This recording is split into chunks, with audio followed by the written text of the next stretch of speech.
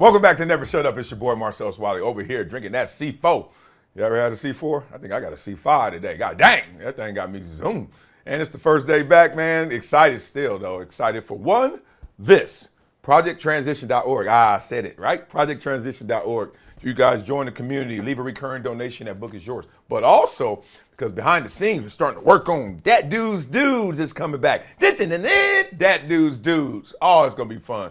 Be breaking down this film in my way with a joke or two, but some life lessons and some good instruction. I'm going to give you pro-level training. So all I'm going to need for you guys is to send in the clips. We get there later, but we're that close. I think a week or two. We'll see. All right, y'all, let's get into this right now. Speaking of coaching, Mike Tomlin. Imagine you sent your clip in to Mike Tomlin. He sent it back to you tomorrow. You need to do this, this, and this, and this is amazing. Wow, that'd be amazing, huh? Well, that's what we're going to do on Dat Dudes Dudes. But right now, we're going to hear Mike Tomlin talk about coaching, and he broke this down. I love to hear coaches resist the responsibility of coaching. What'd you say, coach? Because they're easy to beat. What'd you just say, coach? I love coaches that resist the responsibility of coaches, that talk negatively about a dude that can't learn and blah, blah. Man, if everybody could learn, we need less coaches. Yeah, that's real. Right? If the group didn't need management, then we wouldn't make as much. Yep. I love reading draft evals and somebody's talking about anything other than pedigree, talking about how poor somebody's hand usage is. Well, that's coaching. I don't run away from coaching. I run to coaching. Love it. It all is in line with that not seeking comfort. Because when you're a coach that's talking about somebody can't learn, you're seeking comfort because your teaching is struggling. Yeah. Woo! Whoa! I love it. He said, man, look, I love coaches that resist the responsibility of coaching. I swear I've been thinking this forever. I'm like, dog, why they always try to disparage or discard a player for reasons that are teachable, and they don't have to feel the heat or the accountability of not teaching them. I'm like, hold on. Like, he even gave a good example, hand placement. Like, dog, if I put my hands in the wrong place, teach me to put them in the right place. It's not that hard, right? So that's one of them. But more than that, we're not talking about some of the measurables that you just can't teach, right? Like, you can't teach height. You know, you can teach weight to a degree. You can't teach speed, really, on the margins. But point being, outside of that, that player is moldable. That player is pliable. That player can be good or not. Case in point. You ever see a team that you look at and you try to limit them athletically or talent-wise? You're like, they about a 5 on a 10 scale, right? But then coach start playing chess with them suckers. You ever went against that team? You look at them across the field when you warm it up. They don't want none. They don't want none of the big green machine. You looking at them like that. And you're like, oh, look at them fools, man. They look sorry. They can't even do jumping jacks, right? Jumping jacks are easy. X, pistol. You know what I'm saying? They can't even do that. You're like, man, they ain't got no wristbands on their calves. They look weak. You ever do that? Just judging them before the game. And get out there, they coach start playing chess. Your coach playing checkers because he think he got all the pieces. Oh, whatever. Can't be. Look how fast he is. It'll slap you in the face. And that's what I love about what Mike Tomlin said about coaching. You got to manage personalities, one, then you got to blend all those players' desires into one mission, and we got to go. Crazy, right? Yesterday I was in the suite. I was with Tom Brady's family. His sister was there. Michigan was there. So, you know, the Bradys were in the building. So respect to them. But every time you hear Brady, immediately your head runs to uber success and put in work to get it. It's weird, his brand's even different than Michael Jordan's, right? Well, Michael Jordan, you kind of like, all right, GOAT, best player of all time, kind of born close to that in terms of, even though we know he had to struggle in high school, saw him in college, hit the ground running in the pros, got Pippen and got Coach, it's rap, him and Phil, they went and did it. But you still marry him closer to his success.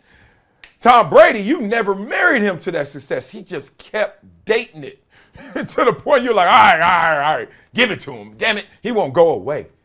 That's crazy, right? So when I think about that, I think about coaches. I'm thinking about how Tom Brady had his issues when he went to Michigan getting recruited, and then his recruiting coordinator left as soon as he got there. Then he had a different time and struggle. You don't have your boy, you ain't got your ambassador with you, right, etc. Tomlin broke it down. He said, look, if everybody can learn, we need less coaches.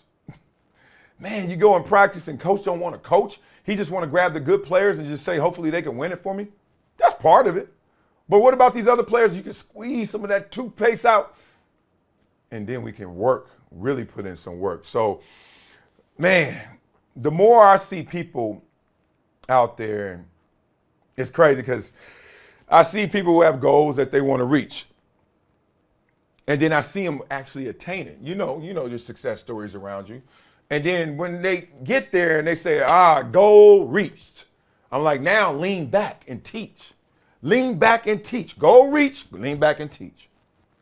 People get safe, they get scared, they protect theirs. Oh, I got mine, you go get yours. You know how to get yours. Go pull your boots up. It's like, nah, man, coach. Coach these kids, coach this next generation, coach whoever's coming next. You ain't gonna hold it forever. Talk the real road, those real struggles, and how you got there. But a lot of times it's just people who want to be in that safe and protected space. Tomlin's talking about that even in coaching. They ain't even trying to get it all out. So you're seeking comfort because your teaching is struggling, as he says. I just went through this with one of my coaches in my league. I'm not going to say his name because y'all ain't going to know it anyway. But he wanted to create a super team. And I looked at him as I looked at my phone, as I looked at the text. I was like, okay, what that mean to you? Because my teams turned out super. At least they win a Super Bowl, right? What does a super team mean to you at 8? He was like, only dogs. And I was like, naturally that's going to happen, man. Naturally, they're going to all have to build up to that point where next step is AAU and travel team. After that, then they're going to be all these little club teams sponsored. And next thing you know, you can only wear this shoe. And next thing you know, you got an NIL deal. Next thing you know, you can only go to this camp. And I'm like, that's coming if they balling. I know, because I went through that process, our version in the 80s and 90s, getting recruited to go to high school. I've been there. Can't go to the snack stand. Hey, can I get some chili cheese Fritos and a tiki punch? Hey. He's like, oh, I got you. Hey, little man, where you going to school? Thank you. I'm going to Westchester. What you mean? All right, you need to go to the school. Bought my chili cheese Fritos and everything. Look at that. Crazy, right? That's coming. Why go to it? It's coming. You ain't got to go anywhere. It's coming. Just keep balling. So I saw that like, damn, I want a coach. I want the kid with 2 left feet. I don't need 2 of them on my team, but just one. Give me one. But the point is, I'm an all-comers coach. Register. Put my name down. If they give me you, we go. Let's go. We're going to go try and get it too. Because at this stage, it's about developing. At this stage, it's fundamental to just learn the game, love the game, have passion for it, and chase your dreams, whatever those may be. And most of them won't be in sports. So I hate to just walk away from somebody just because they're born slower, shorter.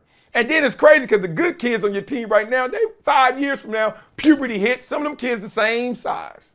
And then somebody gonna go, phew, that same kid we walked by and discarded, now all of a sudden a little monster, a little beast. So in the spirit of that, I heard Mike Tomlin loud and clear in my ears, seeking comfort because your teaching is struggling. My teaching ain't struggling because my commitment's not struggling. I'm trying to give these kids exactly what they need, plus some, more than I had. So when I see it out there, I just crack up and I'm like, wow. And they got it rigged where the public doesn't always criticize them. Like they got it rigged where by default, you criticize the player before the coach, even though that coach ain't coaching. That's why Tomlin has had a winning season every single year he's been a coach. Unreal. So you guys agree with Tomlin? Coaches out there that resist the responsibility of coaching? And if so, names and numbers. Let's say some names and numbers. Who you think out there ain't really coaching, just out there playing checkers, not chess? And also, tell me some coaches you look up to. Give me some good stories. Give me some people that you're like, they did it the right way, and we can learn from them. All right, y'all. Coming up next on Never Shut Up, Oh, it's Tuesday, so that means it's Tuesday therapy time. Time to talk to Pro Football Doc. We got my man, Dr. David Chow, in the building, and we're going to funk up some comments, hit you with a Wileyism. I'm out of here. Next on Never Shut Up on Brinks TV and Reach TV.